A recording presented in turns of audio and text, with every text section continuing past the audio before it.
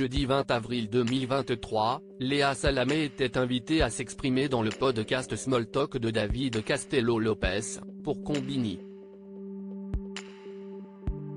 L'animatrice de télévision et de radio est notamment revenue, sans filtre, sur son adolescence quelque peu agitée face à ses parents.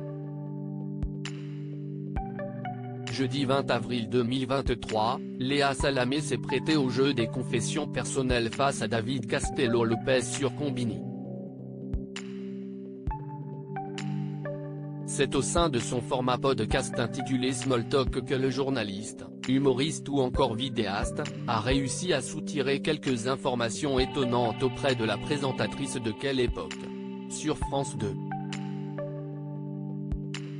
On y apprend notamment que la femme de média a changé de prénom quelque temps après être arrivée dans l'Hexagone. Mon premier prénom est un prénom libanais, car je suis né à Beyrouth et je suis arrivé en France quand j'avais 5 ans parce qu'il y avait la guerre civile au Liban. Et donc à l'origine, mon prénom c'est Allah, explique-t-elle dans un premier temps.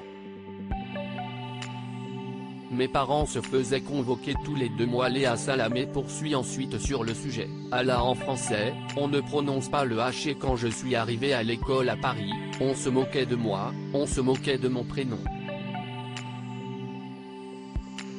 On me disait Allahu Akbar, tes parents t'ont appelé Dieu. Ça me heurtait énormément.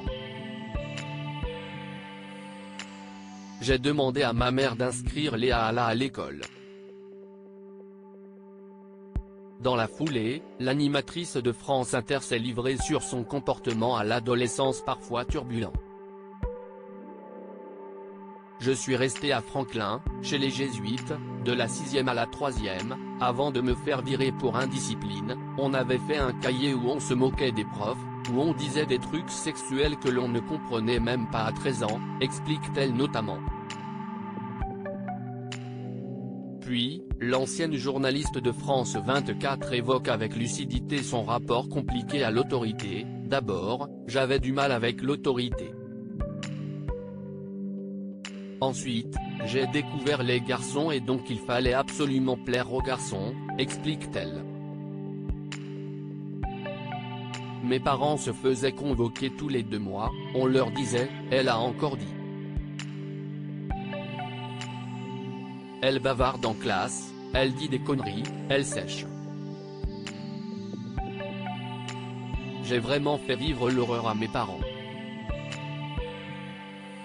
J'attendais qu'ils dorment et je fuyais par la porte de service pour aller faire la fête.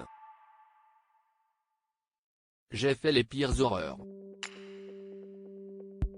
Ils ont pété les plombs avec moi.